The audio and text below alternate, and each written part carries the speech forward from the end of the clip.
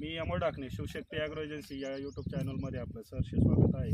तर आज आपण पारेगावमधील प्रगतशील शेतकरी आहेत. तर आधी साहेबांचा पूर्ण परिचय करून घेऊ. माझं नाव रामदास गजेराम फुले, पारेगाव खुर्द, तालुका सिंधुदुर्ग, जिल्हा अहमदनगर.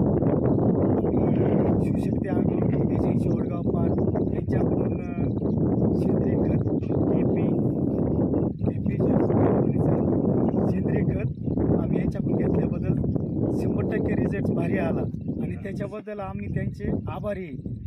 आणि ते वेळोवेळी आपल्या शेतामध्ये येऊन चक्कर मारून कसं नियोजन द्यायचं, काय फवारे मारायचे, कसे काय खते, आणि आम्हाला एकूण 14,000 रुपये 2 एकरला खर्च आला होता. पण त्याचा रिझल्ट 100% चांगला आला. आणि त्याचा मालसुद्धा बघा, कांदे पण दाखवा, कांदेसुद्धा बघा आणि मालसुद्धा बघा.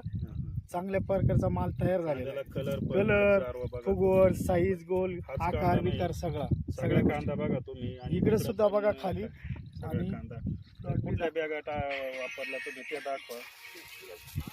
आता ही आपली केपीजेस कंपनी खत वापरलेलं आहे आम्ही. तर त्यामध्ये शक्ती बोर्ड असेल, त्याचबरोबर आपण भूमी पॉवर दिलेलं आहे त्यामध्ये. त्याचबरोबर आपण केपीजेस कंपनीचे जे सम्राट आहे तर सम्राट दिलेलं आहे ह्या कांद्यासाठी.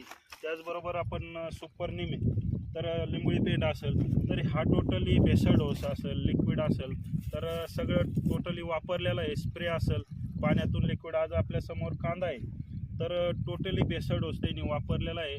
आणि आपले माणसं आहेत हे किती दिवसाला तुमच्याकडे व्हिजिटला येतात? 15 दिवसाला, 8 दिवसाला, 15 दिवसाला, 8 दिवसाला. आज तुम्हाला तुमच्यासमोर आज कांदा आहे, कांद्याला कलर असेल, म्हणजे तुम्ही समाधानकारक रिझल्ट आहे. 100% समाधानी. आणि केलेलं इथून मागे असे कांदे नव्हते आले. अशी आमची रिझल्ट चांगला आहे सगळ्या. बरं, बाकी शेतकऱ्याला काय सांगताय तुम्ही? नाही, सगळ्याला सांगू शकतो का आम्ही हे खत सगळे वापरा.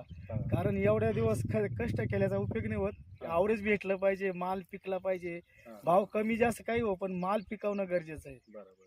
आणि ते शिवशक्ती ॲग्रो एजन्सीवाले वडगाव पण त्यांच्याकडून खत एकदम भारी रिझल्ट आहे.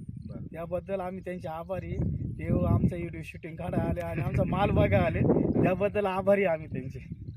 मुलाखत दिल्याबद्दल धन्यवाद. नमस्कार. आला.